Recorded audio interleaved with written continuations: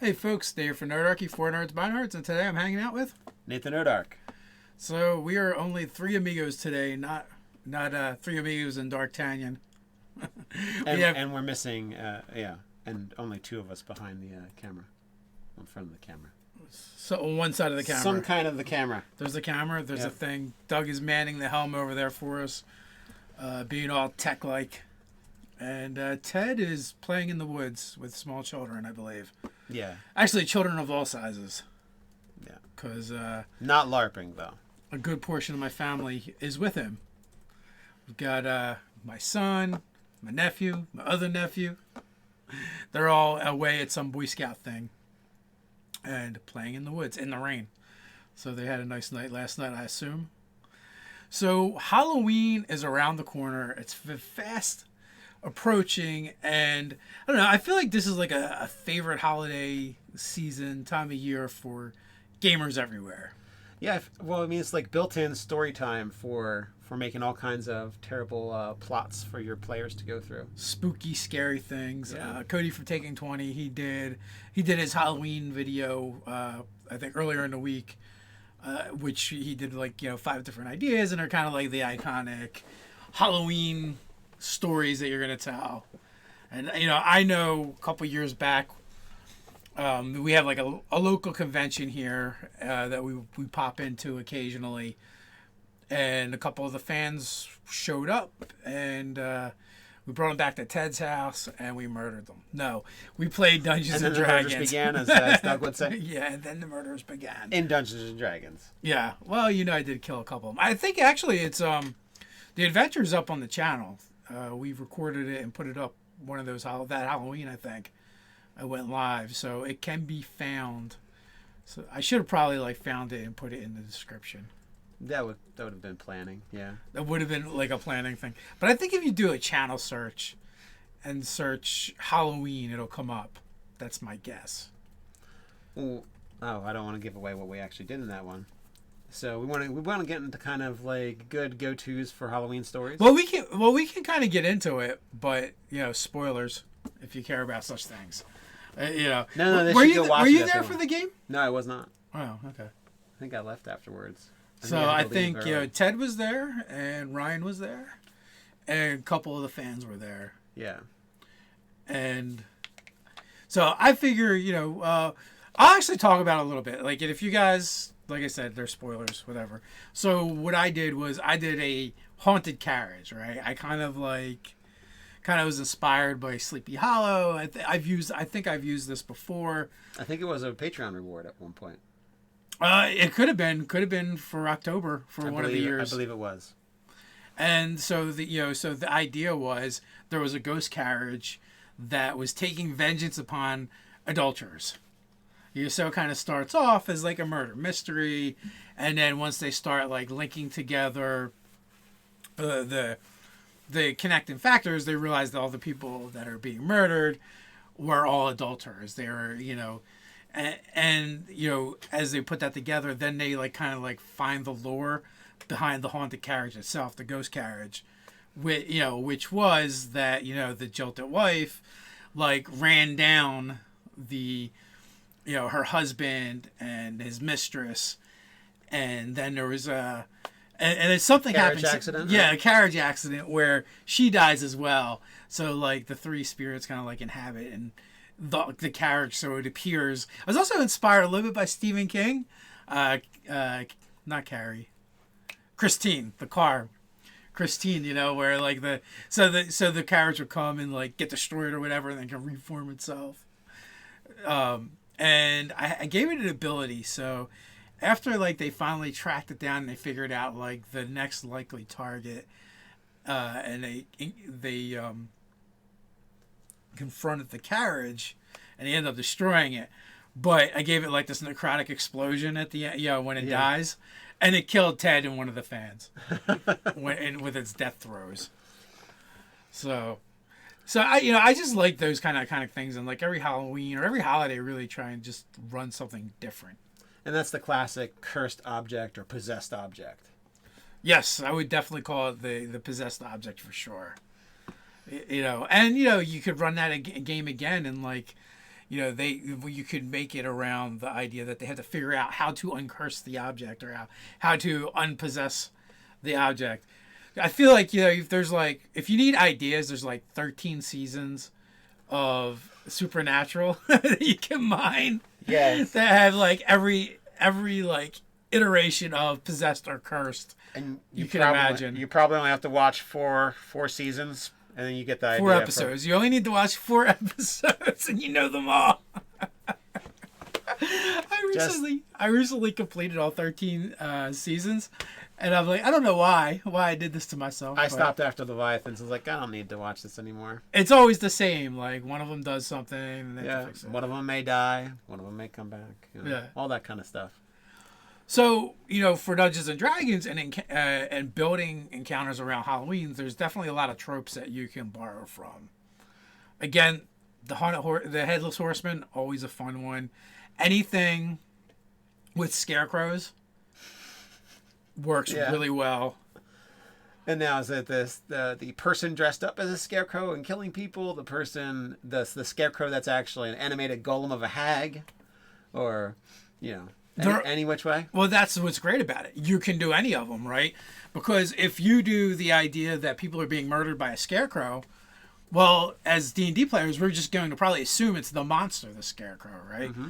But what if it wasn't? What if you did use instead, it's really just a serial killer, that dresses up as a scarecrow, murders people, witnesses see him, or, not even witnesses see him. I would probably start off with, like, clues like maybe it uses ravens or crows and trains them to do stuff, so like there's like sightings of those. I would you could find a piece of cloth and straw and some hay, right? You see he's like slowly build up to it, and then like there's a survivor and they see this scarecrow like creature, and then maybe your players like start doing all this research on how to defeat scarecrows. But it's just a crazy lunatic. But one of them goes around at night after they say, "Yeah, we'll enact this plan tomorrow." They go around at night and burn all the scarecrows in the village down. Just stick them in a big pile. You're like, my job here is done. That could absolutely be a thing. Pumpkin patches could be a thing. James Leslie had a question. Are you talking about Horror Hunts the Night in Gryffindor? That sounds like it might be it. Yeah, I think he put a link to a gameplay. Excellent. Thank you. If it was from 2 years ago? Halloween, a couple of years ago. It would have went up on the 31st, though. I think it was very specific like that. We got a question, too. What is the question? From Ed Grafe. How would you utilize He Who Walks Behind the Rose from Children of the Corn? My thought was a lich, he says. Oh. At first I thought you were going to say He Who Walks Behind Harry Dresden stuff, but... You know what? I haven't watched that. If I've seen it, it is so freaking long ago. Like 20 years ago. I could not really tell you. I would say it's based on what kind of party you want to interact with and what kind of encounter you want this to be. If it's a lich and he's not really interested in murdering them all when they show up to stop him from whatever he's doing, then you could have it be a lich. So he's powerful. They're going to get trounced. And then he's just going to leave and do his thing again. So it depends on if you want them to kind of encounter it and fight it. I mean, I think a lower undead that's still pretty powerful is a white, because then they have the ability to make zombies and other things. So you can have that kind of stack up of the dead being used against them. That's nice. That's a nice horror alteration for it. Well, also the idea of like the Children of the Corn is like, I believe they were possessed or whatever. So, which is great because then, like, the win condition doesn't have to actually be to beat the monster. It could be, like, free the children and maybe even having to defeat children without killing them. Mm-hmm. Because they're under the control of this lich or this greater power. So you could make it less about the individual that's kind of, like, manipulating things and pulling the strings and more about thwarting his plans. So if you wanted to use this at a lower level... But the mastermind behind it is a more powerful creature, so the objective becomes to figure out how to break this curse, how to break the possession, how to free the children, how to save them without just murdering them all. I mean, your players are probably really, in reality, just going to murder all the children. They'll at least think twice because they're kids, but... Maybe They may depends on the just party. go, well, you said roll initiative, so Or I know how maybe- this ends. Maybe their parents and then are at their wits' end and they've had enough and are just like, Possess kids? All right. I know what let's to do. mow through them and get rid of this. So you could have, and one of the ways you could defeat this is maybe the lich or powerful being is not actually around. It's controlling or interacting with the region through a device or an object. So maybe it's a crow's foot, or maybe it's a weird crow or a weird raven or something that's hanging around that's cursed, and it's like his eyes and ears, almost like a clairvoyant hub or something that he can act on the world from. So they don't have to deal with him. They have to figure out how to get rid of his connection to the place. Right, or even along the same vein as that is, for whatever reason, they can't directly act. You know, whether they're there or not there, like you said, through a medium, or even if they are there, you know, maybe there are rules or laws that they can't break directly, but they can do it through proxy. Or they're under a powerful curse or enchantment, and this is all they have access to. Now, I did run a session a couple Halloweens ago for my group that we play in person with, and it was based off of a video we did about our druid necromancer garden gnome. Oh man, I like that one. Where the players show up to this gnome village, and the children are just kind of missing. They don't see any of the children in the village, and everything is kind of like business as usual. And then they're invited to this harvest festival. And that's when they finally see all the children, but they're like under the sway of this forest gnome necromancer. And, he raises up undead gnome children as zombies, and they have to deal with that. They end up defeating him and freeing the village, because the village is basically being held hostage by this gnome necromancer. I know another spin on the gnome necromancer guy was that he had these creatures in the guise of ravens or some other kind of bat or something like that. Would while someone dies in the village, he would kind of ferry their souls away and put them in a plant and basically seed these green necromantic pod people zombies. And that was another take on that, I think. Yeah, no, I actually did use it. That's what he was doing. He was raising up. That's what the ritual is going to be, raising up the zombie pod people from it, and then they're going to sacrifice the players. Well, yeah, as you make more zombie pod people. You got to feed your children, man. He was making his family because he couldn't have any. And in the chat mentioned there's a scarecrow encounter on the website, which James Leslie threw the link up in there too. One of the out of the boxes.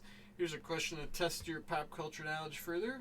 How would you D&D-ize the weeping angels from Doctor Who? Oh, they actually mentioned something I know about. Oh, there you go. Not necessarily how to D&D-ize it, but I'm familiar with the weeping angels or crying angels from Doctor Who. So the thing is, they can't move. You can't move when you look at them, but as soon as even if you blink, they move. They get closer to you. So I would just do something with gargoyles. Yeah, that's a good base. That's a good base to start with. So the other thing with them is they've definitely got some invulnerability to them. So that would be another thing. I would up that. I think gargoyles is half damage unless you have a magic item. You might make it, straight up, you just need a magic item. And I might actually give them either more resistances or some more immunities, because the problem with the Weeping Angels is they are so tough to defeat. So if it was just a simple matter of breaking the statue, I don't think that would be much of an issue. But I would start off with a base of a gargoyle, and then I would toughen them up from there. And then you would just make the stipulation they can't do anything while they're being observed, which is kind of pointless in D&D. Let's face it, everything is dark vision. So, the thing that made them so scary in Doctor Who was, obviously looking away or blinking gave them the opportunity to move. But a lot of times there was also darkness involved, right? And darkness in horror generally, or in general, kind of invokes this primeval fear in humans, right? Yeah, it's the unknown, the unexplained. Well, D&D, they kind of rip the heart and soul out of that by giving pretty much everything dark vision. Unless you're a dragonborn, halfling, or human, and it's like everyone else is like whatever. Yeah. So that is like the tricky part. So you would have to do stuff like use magical darkness for it to really mean anything or matter. Or things that break line of sight. So a forest, that could be pretty crazy because you could run for a while, see them a distance, and then if you pass a couple trees, suddenly there are 5 or 6 trees up closer to you than they were, just simply because you could no longer see them as you walked by some trees. Like if you want to do good horror and good Halloween tropes, then you're going to have to not think mechanically for certain things. Like, for instance, like the standard trope for horror is like they're running, they're getting away, they're running, they trip and fall, and the monster's there. You go around the tree, the monster's there. So, I mean, if you just kind of let them go where you need them to go, that would kind of instill that fear, like you can't get away from them. Now, the trap to that as a DM is like explaining it. So don't, right? Just let them do it. Just do it in the game. And with the stipulation of it's like once you break line of sight, then the ability can come into effect. And you don't really need a rule for it. You just need the monster to be where you need it to be. But again, it's not as scary in D&D because in D&D we kill monsters. Yeah, there's that. So the best way to invoke that is you need to lead up to it. You need to lead up to the encounter without the players really encountering the monster where they can interact with it.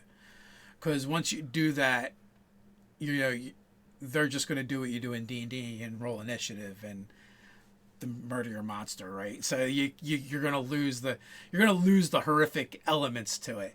So that's why even like when we're talking about the idea of a scarecrow, like you need to do things and have murders happening and leave clues and have the players be able to interact with the environment in a way where they help paint the picture of what happened. Because you don't want to just sit there and monologue to them the whole time. You want them to do stuff and uncover clues. And, you're painting the picture for them that they've discovered through gameplay. I like pumpkin patches, too. I think pumpkin patches are a great way to incorporate the Halloween season. I think that's what we did with the Pod People. Description through, you're talking about the season, you're talking about, the leaves are changing, that kind of thing for most people that do Halloween. Well, everything's dying. The fall. Yeah, everything's in the process of dying. Yeah. Now, except for the undead, they're coming back. Now there's some regular monsters like we were talking about, taking Gargoyle as the base for the Weeping Angel. There's some regular monsters that if you just tweak a few things about the fluff of them, they can get pretty scary. So for example, face spiders. First you get the jump scare effect of things. You also get the leading up that people have been disappearing and there's a whole bunch of these little tiny spiders around. And what you can have is, rather than however a face spider reproduces, you just change it to, well, they need people to reproduce. They implant eggs, and you're just basically like they're parasitic instead of probably more like a normal spider. And then you have these popping in and out of existence, poisonous giant things that eventually will capture you and take you away, and you'll be food for their little babies. So, or a fun thing to do would be to have people survive the attacks. Oh yeah. And then they're like wherever people are gathering, feeling terrible, and then all of a sudden they burst with spiders coming out of them. You can do it that way. It depends on what style you want to, like the slow lead up or the shock and awe. Got a super chat from the Taken Wolf for £1.99. He says, with dark vision, the players see things in shades. I would say the characters see things in shades. Yeah, they see things in black and white. Gray, basically it's a grayscale. Unless you're a fire genasi, then it's red and white. Is that a known fact? Yeah. Oh, all right.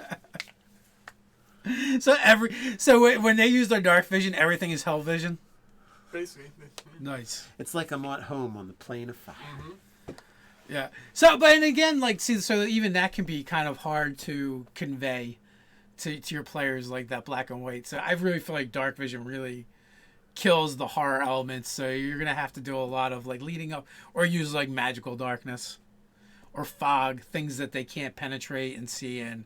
That might be a good substitution for darkness. Is using fog instead, because I mean it'd be cheesy to use like thick fog instead of the darkness spell. Yeah, especially with the Weeping Angels, right? That would be kind of cool because then it's breaking line of sight. The fog is rolling in, and you could have it slowly rising.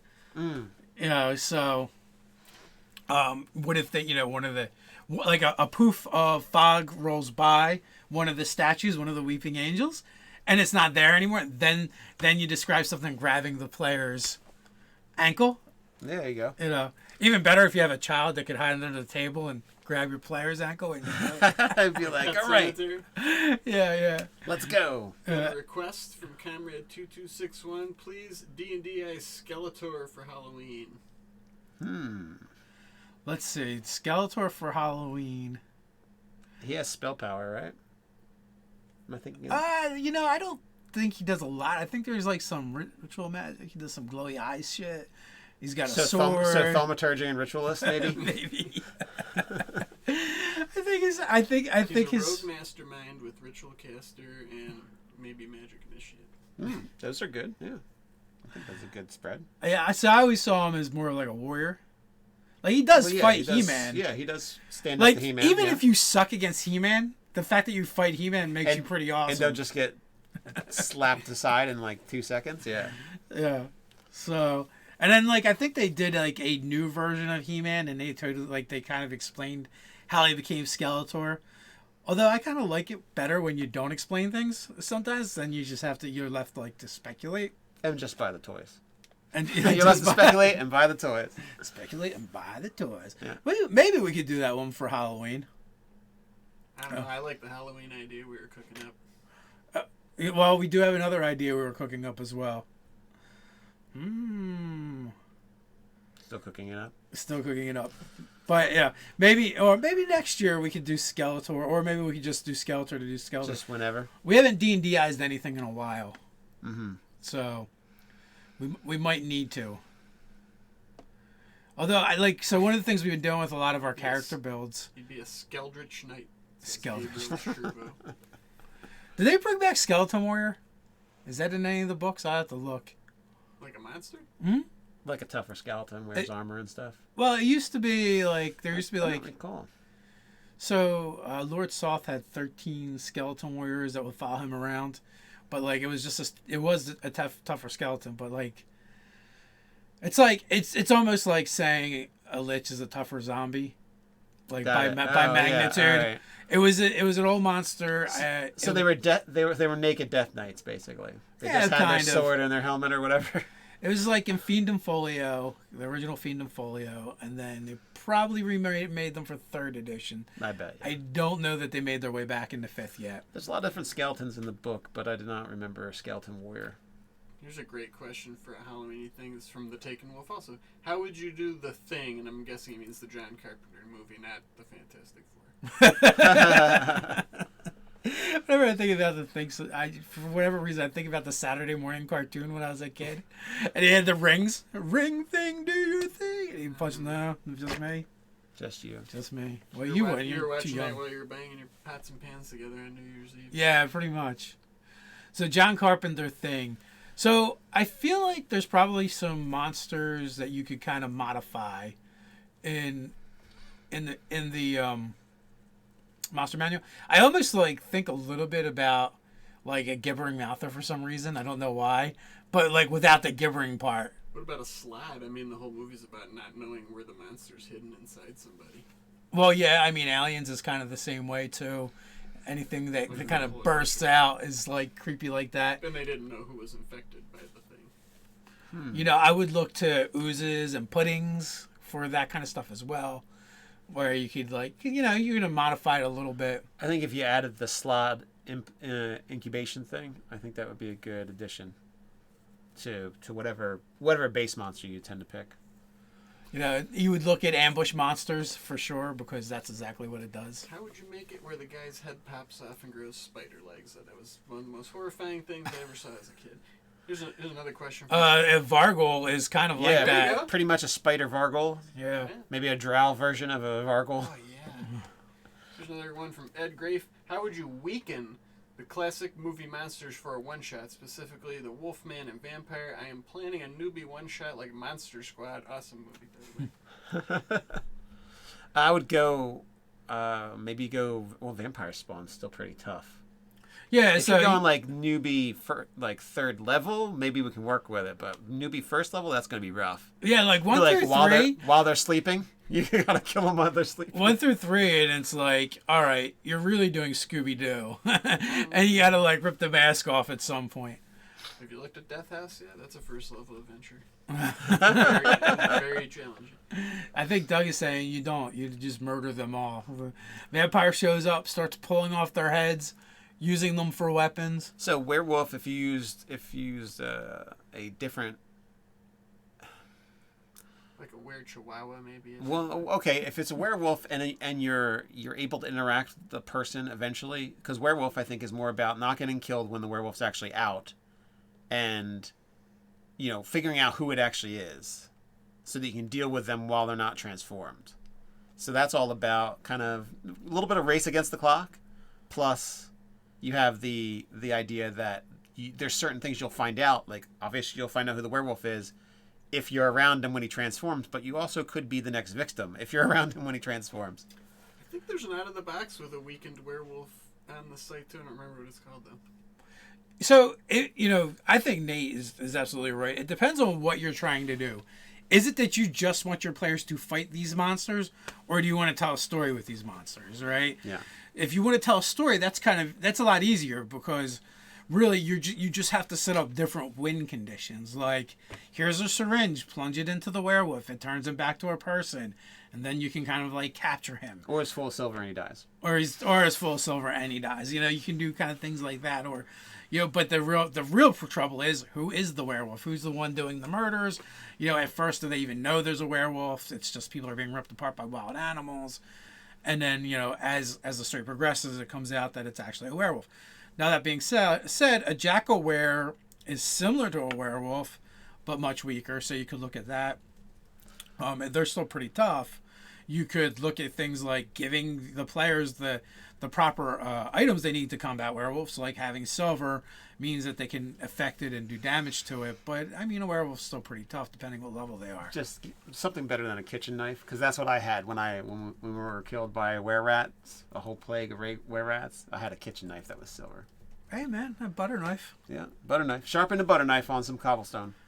So that's the other thing you can look at. You can look at the other were creatures and use a weaker one, right? And just call it a werewolf, describe it as a werewolf, but it's really just a were-rat. That does, so it's not going to be as strong and do as much damage. Frankenstein's monster, I could see that being you're trying to it's more of a social encounter. You're trying to persuade the villagers to gather with enough force to basically scare the creature off.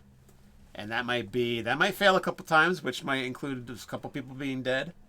But thankfully the PCs you got, especially with 5th edition, you've got abilities to get back up pretty quick as long as you're not totally paced it. So for Frankenstein's monster, like you could also do like a zombie ogre, stat-wise, right? As far as them fighting it. Yeah, if you want to actually fight it. Or even like a little bit tougher zombie. Because like if you're going to go with, I really want to simulate Frankenstein's monster, I would just make it like a flesh golem and make it a little smarter. It's pretty much, a flesh golem.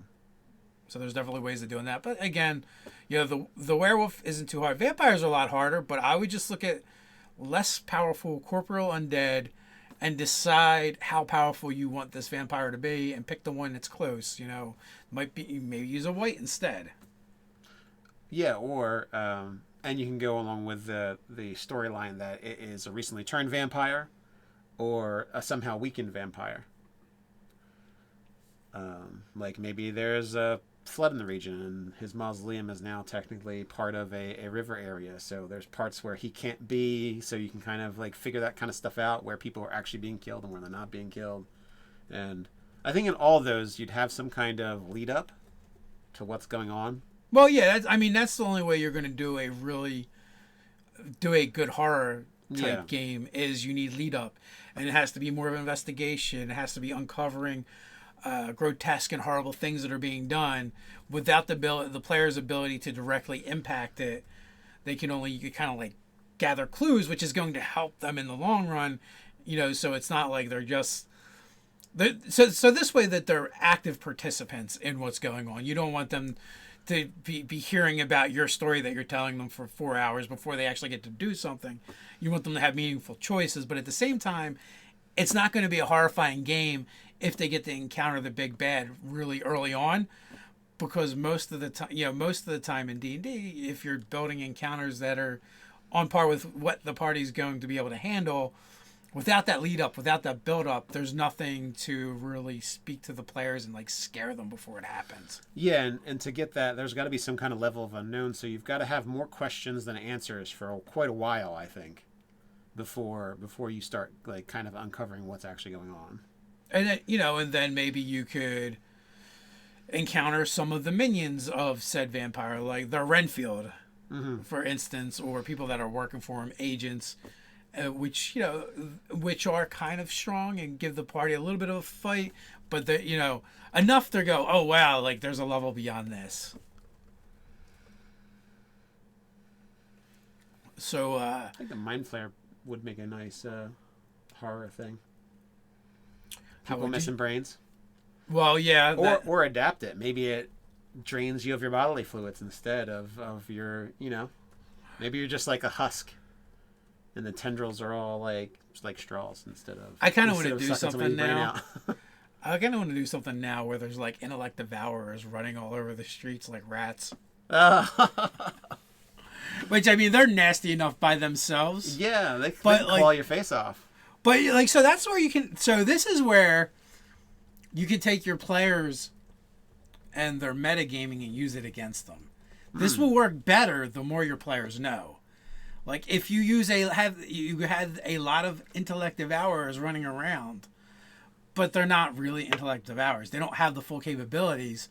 They don't get to swap the brain and kill them instantly. But your players don't have to know that, right? Yeah. Or maybe they're limited, so they're able to do it, but they can only do it with weaker creatures. So you have to be asleep or some kind of rule. Yeah, so they can see it happen, and it'll scare the shit out of them. But like the players themselves probably don't meet the condition for it to work on them. Yeah, and especially because you want to use like a lot of them, so it's like overwhelming, like terrifying. A wave. Yeah, but they're like it's not really going to affect them because, like you said, maybe it only works if you're sleeping, or maybe it only works on like there's a level requirement or something. So it'd be really effective against commoners, but more powerful creatures they can't use the ability on for whatever reason. But I also do like the sleeping thing because it makes me think of Nightmare on Elm Street.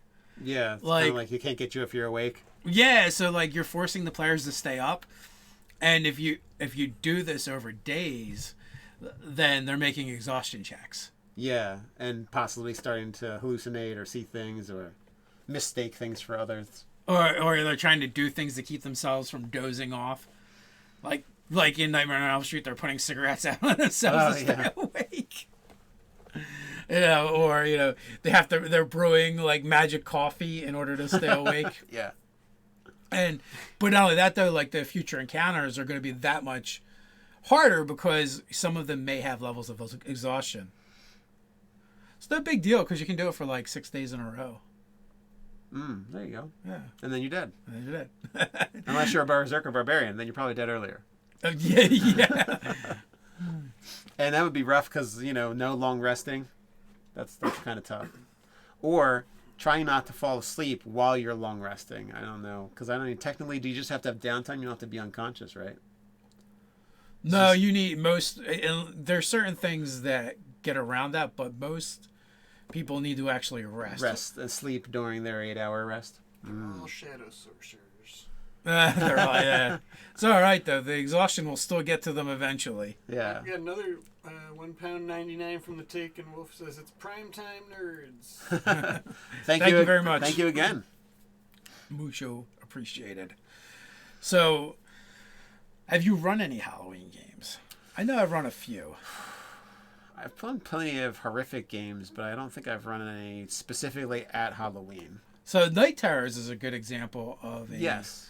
a game you've run several times. It would be a good Halloween. Yeah, and I never played it at Halloween. But yeah, so it starts off where you hear a shriek, you're awakened by a scream, and things aren't as they seem, and it's quiet. It's weirdly quiet, and then you eventually discover that there's a person outside, and there's this like black tarish dipped thing going after him that kind of has a humanoid shape, but it's very hard to distinguish from one thing or the other, and it's chasing this person. So you can either help this person run away, and it can be like partially chase games, or you can fight it, and eventually you there's a lot of descriptors, a lot of transformations, like bizarre, grotesque transformations of the monsters that you see. So it's kind of like how in your dream or your sleep or your imagination, things can, transform when they're not supposed to. Like a person can howl or yell or scream, and then like their face peels away, and then like there's a wolf there instead. Like that kind of weird, like kind of strange, fantastical transformations of beings one to the other. It makes me think of Poltergeist when the guy starts picking at his face.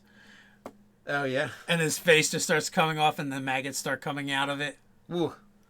That's pretty nasty. So, I believe when you designed that game, you designed it to be more of a chase. Yes. Like for them to be afraid of it. So how did you go about that? How did you get the players to buy into, they have to run away?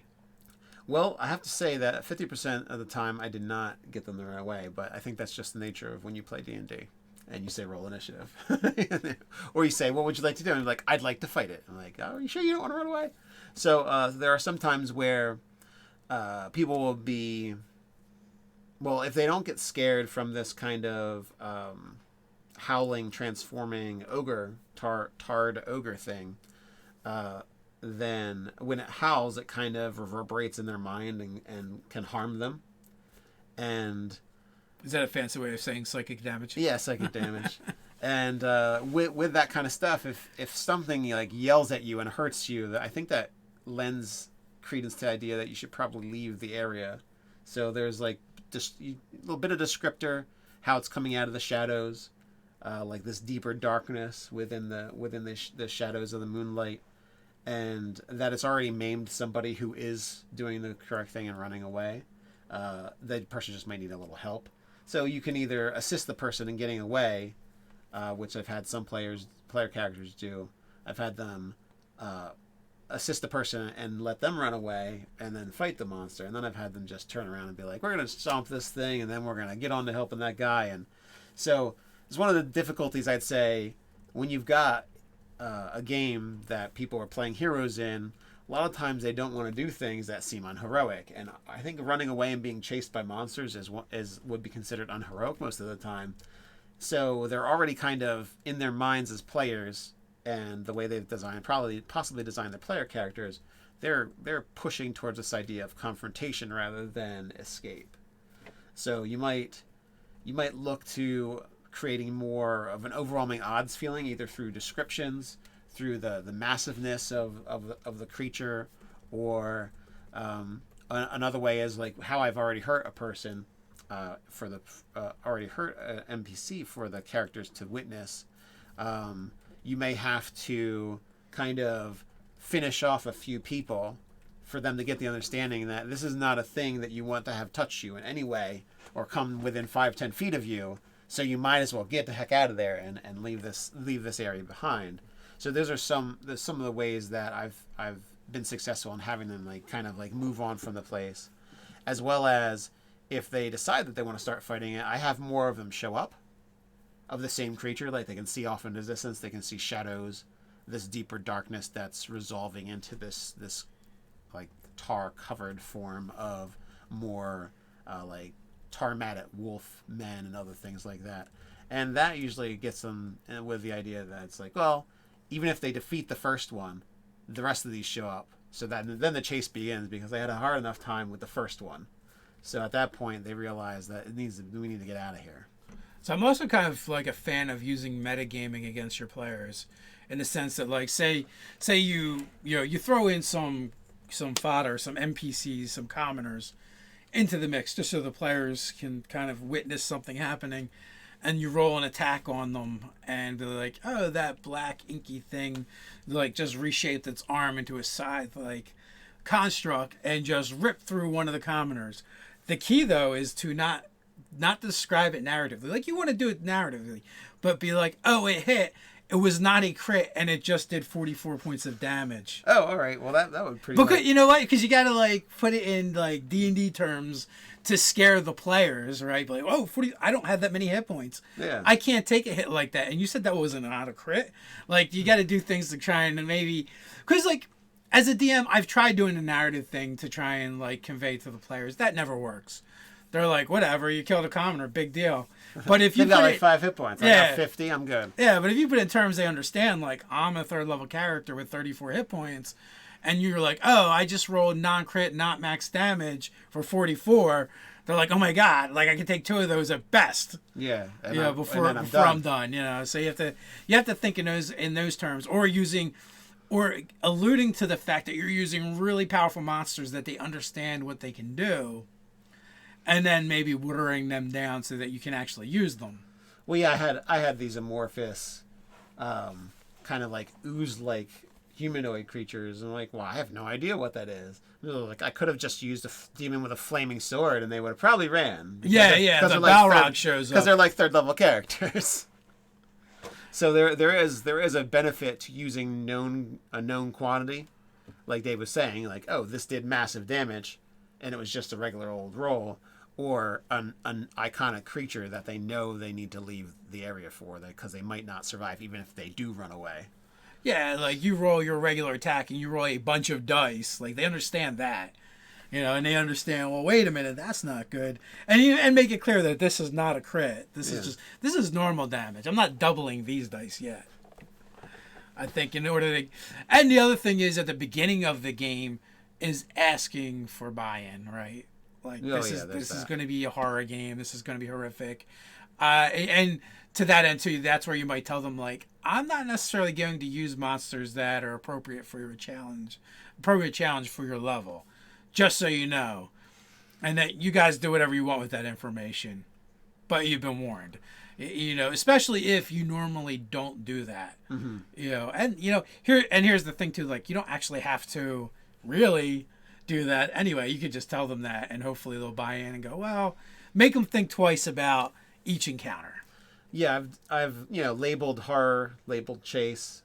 Didn't work so well, but conventions and stuff like that. So, but I've had equal parts. I think people running away, people fighting it a little bit, and then deciding they needed to run away. Well, that's the thing too. Like you said, because it was a convention. Like, I ran Maze of Mandoon. I've run it a bunch of times, and one of the times I ran at the con, they went through it so fast because they just ran away from everything. I was not expecting that. They totally bought into, oh, wait a minute, if we're here for a certain amount of time, we're going to be trapped. So they would the party had decided they'd rather run from things and take hits on their way out than spend the time and risk being imprisoned or trapped in the maze forever. Which is good. I just didn't anticipate that for that adventure. Well, I've played that Night Terrors game at least 3 times, and each time they win a different way, or deal with it a different way. Each encounter is just like, I don't even, it's just like, I don't know who's going to do what kind of thing. It's interesting because it's like a new game for me every time, even though I'm running the same material pretty much. Well, yeah, I mean, when I had talked to Keith Baker, he did this thing where he went couch surfing for like a year. And like the thing was, like, you show up, you would do things in your town so he could experience them. He would play in a game you run, and then he would run a game for you and your friends. Mm-hmm. But he ran the same game over and over again. So he ran it like 50 some times. I think he thinks it like 56, 57 times. And it was like different every time he ran it. So that's one of the things about the game too, about D&D, is like, you never know what your players are going to do, or what, how they're going to react to the same challenges that you gave to somebody else. Do you have something for us, Doug? Oh yeah, what was his name? Tanner Walker and I both actually had the same idea at the same time. We were typing it like, what an adventure where the monsters and everything seem to be always like running away from the party and everything. You're tracking them down, killing them and whatnot. And then at the end, you see a reflection and realize that the players were the monsters the whole time, and they were under an illusion. That'd be a creepy mind F for Halloween. Oh yeah, definitely. Yeah. So the players are under the illusion, or the monsters are under the illusion, or both. Both. It's just like a mind F, you know. Yeah. Like, Like you actually just murdered the village. Yeah, and and then you see a reflection like they're horrible monsters. They didn't know it the whole time. That would be a lot of fun. Somebody had emailed me about a game that they want to run as a one shot, with the idea that the players, they get invited to this party, and it's a secret organization. They keep trying to recruit them, make it more and more attractive. It's like a masquerade ball.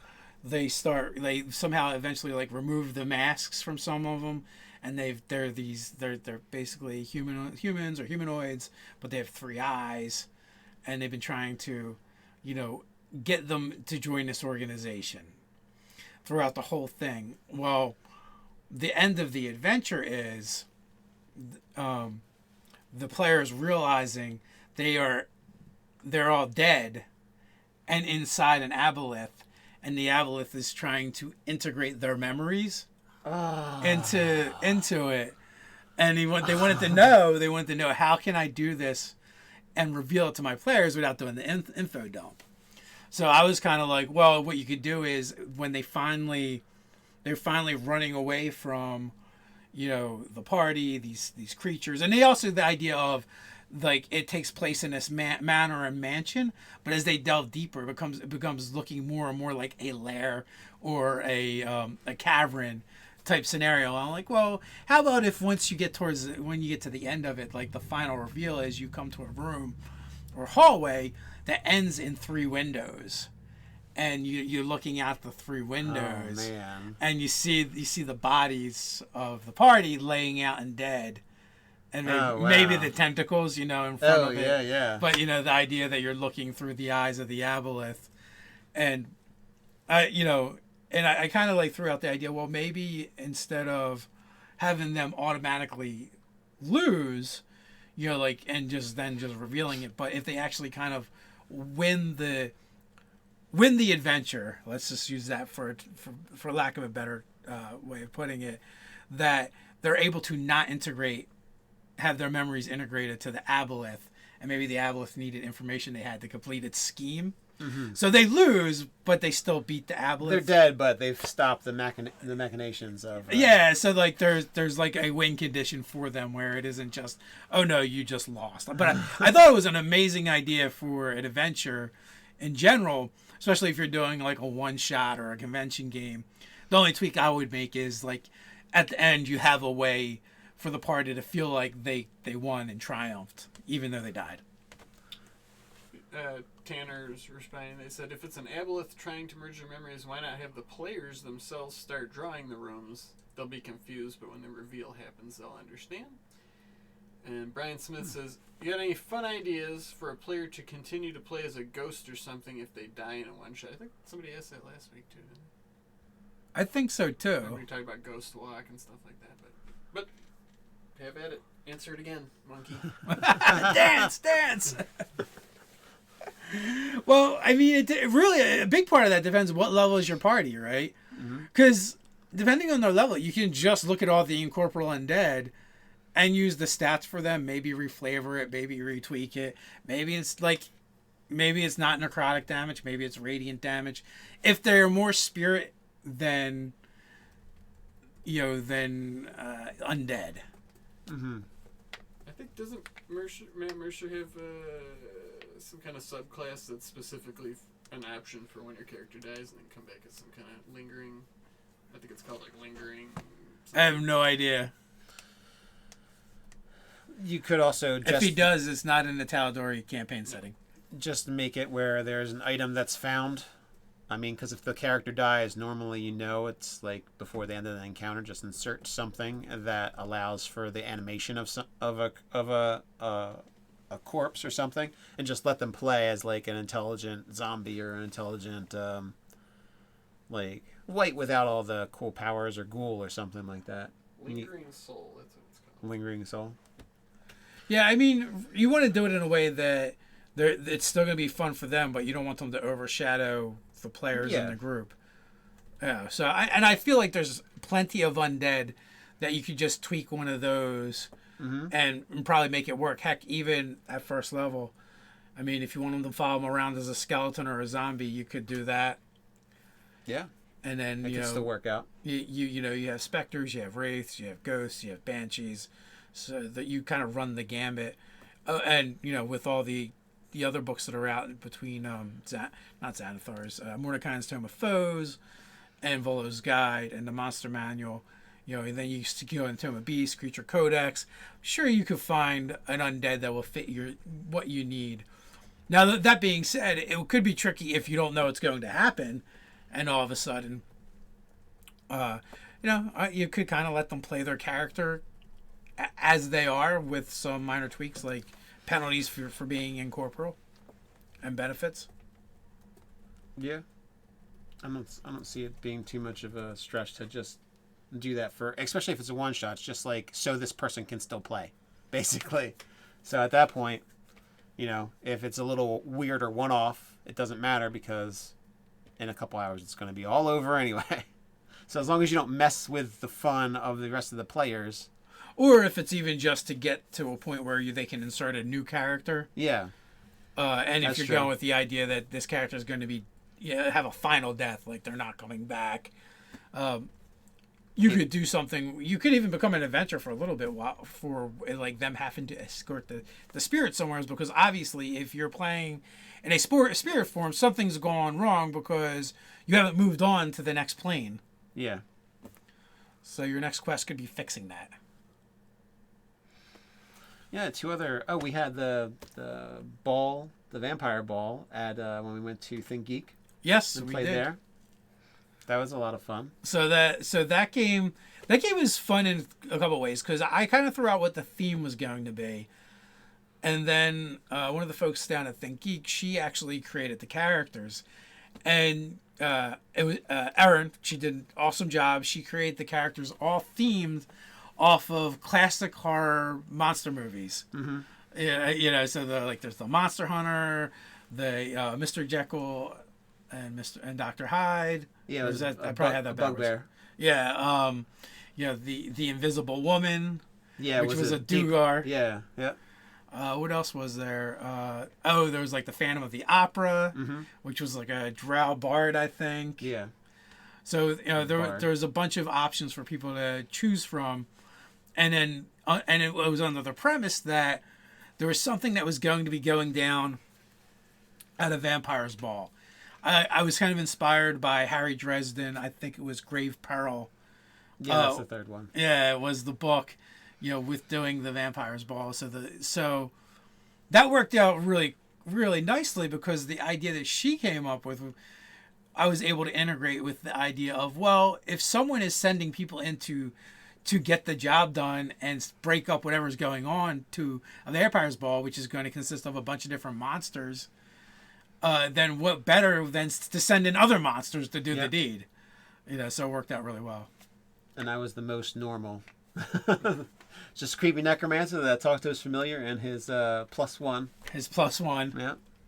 Who was a skeleton? Zombie? Yeah, a skeleton with a hat of the sky, so she looked like she did in life. It's a good use of your one magic item. Yeah, if you only have one magic item, what better use? Gotta make your partner look fancy. Absolutely. So also, we do want to thank, I believe it's Penguin Publishing. Maybe it'll say, yes. Penguin Random House.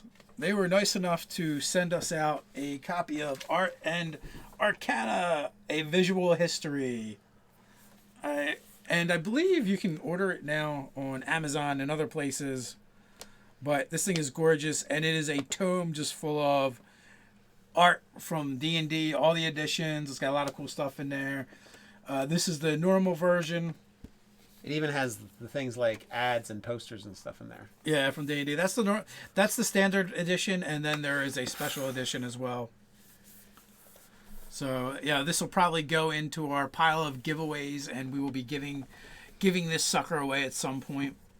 And also, speaking of giving stuff away, our next giveaway is we have one more big black box, the cube from Monty Cook Games, Invisible Sun, to give away. We will be announcing the winner in November for the final cube that has to go out. Which, speaking of cubes, that is also a great place to look for horror games. The whole Hellraiser series, for sure. Oh yeah. And then I think wasn't there also a horror movie called The Cube? Yeah. I was thinking of the Gross. one where they had to escape. I think It's that's pretty The Cube. gory. Yeah, it's really gory. Like immediately, like in the first minute, I'm like, oh. More gory than Hellraiser? Oh yeah. Hellraiser was pretty That's gory. really hard to imagine, but yeah, at the same time, there's some pretty gross stuff that happened. Come on, Pinhead? Well, I'm telling you, like within 1 minute, it's like nasty. Doug was grossed out. Less than 60 seconds. I'll have to watch them both back to back. I've only seen a little bit of The Cube. But, I do love me some hellish or fiendish puzzle cubes. Puzzle boxes. I was thinking I did Echoes in the Mirror as a Patreon award, and that one involved artifact mirror shattering just when people were in a store. No one knew it was an artifact and or a magic item. And what ends up happening is everyone gets transported into the mirrorscape, like in one of the shards in the mirror. And there's all this like shadowy kind of like, it almost looks like frozen cracks in dark cracks in the sky and around them. And it's almost like you think about it as like shadowy necrotic brambles in a swamp. And there's also will-o-wisps trying to lead you around, like points of light trying to lead you around to bad places. And also everyone else that was in the market gets trapped in the mirror as well. And you're all trying to figure out like how to survive through this area, because you're either getting attacked by shadow demons, shadows, based on the level that you're fighting at. Shadow demons if you're higher level. Yeah, shadow demons if you're higher level.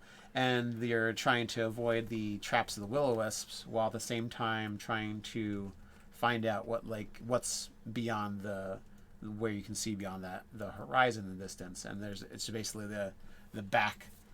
You eventually come up to this giant gray, partially reflective wall, which is like the back of the mirror. And then you have to figure, it's kind of like a puzzle at that point, trying to figure out how to leave. But I think the thing is that technically you're just living out your reflection. Uh-huh. You're not actually, the players just wake up and after that little moment of time, and like the pieces of the mirror are still kind of like falling on the ground. But whether or not they escape or not, they still wake up because the reflections are just okay. So like in real time, it happens in the amount of time it took the mirror to shatter, but they could be living hours or days within this fictional place, within the mirror. Yeah, and then they realize it was all part of some kind of dream or vision or something. Well, yeah, it's kind of it's like I'm 50-50 on whether or not their consciousness goes into the mirror and then comes back out due to like the breaking of the magic, or that I'm just having to choosing to have them live out their reflections, meager partial, existence for a couple days. So and then once the reflection bounces off the mirrored surface and leaves the glass part of the mirror, they're kind of, I don't know, out in the wild, no longer existing, something like that. So my thing is with anything like that, especially if it's an ongoing campaign and you're not sure which it is, wouldn't even worry about it, because because later you can come back to it, right? And it'll be whatever thing you needed it to be. This is true for the next time. Yes. Unless they had a way of figuring it out. Or the players might bring up the mirror at a later date and be like, "Remember when this happened? What if?" And you're like, perhaps that's exactly what happened. Yeah, exactly, Because sometimes they just come up with better things than you had written down or thought of in the first place. So might as well go with it. That is like the biggest thing as a GM that I can say is like, I think people worry and stress out over the how and why way too much. If the players have no reasonable way of knowing, then you don't have any reasonable way of needing to figure it out. Unless it's part of something you've got planned for later. And even then, I would be open to changing that if a better idea presents itself.